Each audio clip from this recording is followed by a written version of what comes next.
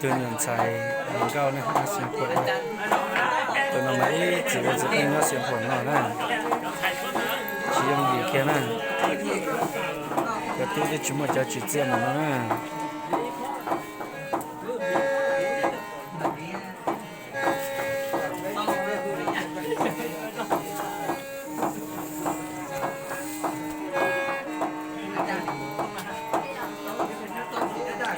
ให้เด็กเดียวเลย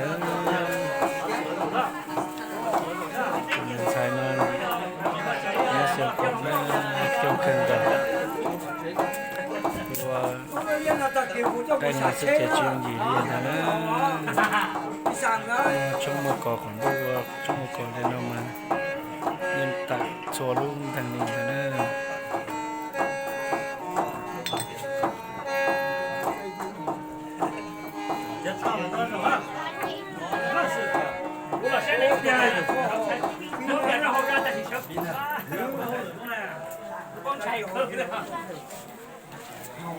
จะเป็นอะไรไหน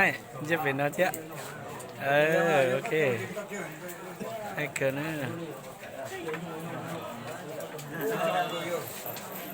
จีนยีเกียร์ตรงใส่นะ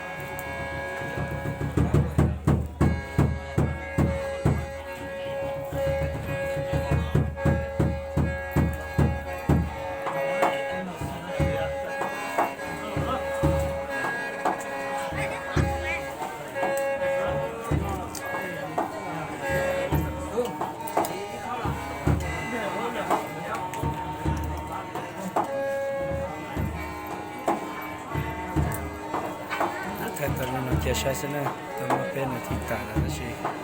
ถ้าเจ้าชายก็ยังตุกเก่งกันแล้วนะอย่าไปเสียงผลนะเจ้